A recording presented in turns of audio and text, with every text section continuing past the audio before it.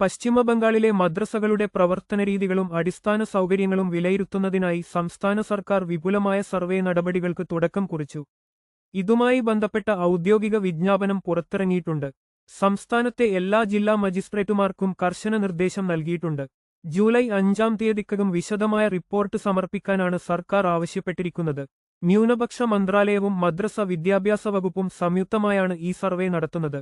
ഓരോ മദ്രസയുടെയും കൃത്യമായ സ്ഥാനം, സ്ഥാപിക്കപ്പെട്ട വർഷം, രജിസ്ട്രേഷൻ രേഖകൾ, അധ്യാപകരുടെയും ജീവനക്കാരുടെയും കണക്കുകൾ, വിദ്യാർത്ഥികളുടെ എണ്ണം എന്നിവ ഉൾപ്പെടെയുള്ള വിവരങ്ങൾ ശേഖരിക്കാനാണ് ജില്ലാ ഭരണകൂടത്തിന് നൽകിയിരിക്കുന്ന നിർദ്ദേശം.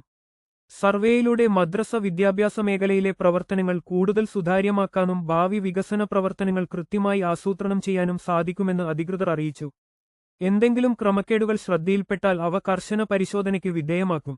സ്ഥാപനങ്ങളുടെ പ്രവർത്തന മികവ് വർദ്ധിപ്പിക്കുക എന്നതാണ് ഈ നടപടിയുടെ പ്രാഥമിക ലക്ഷ്യം. നിലവിലുള്ള അക്കാദമിക് ഘടനയിലോ സിലബസിലോ മാറ്റം വരുത്താൻ നിലവിൽ നിർദ്ദേശമില്ലെന്ന് ഉദ്യോഗസ്ഥർ വ്യക്തമാക്കി. വാർത്തകൾ വേഗത്തിൽ അറിയാൻ ഞങ്ങളുടെ ചാനൽ സബ്സ്ക്രൈബ് ചെയ്യുക.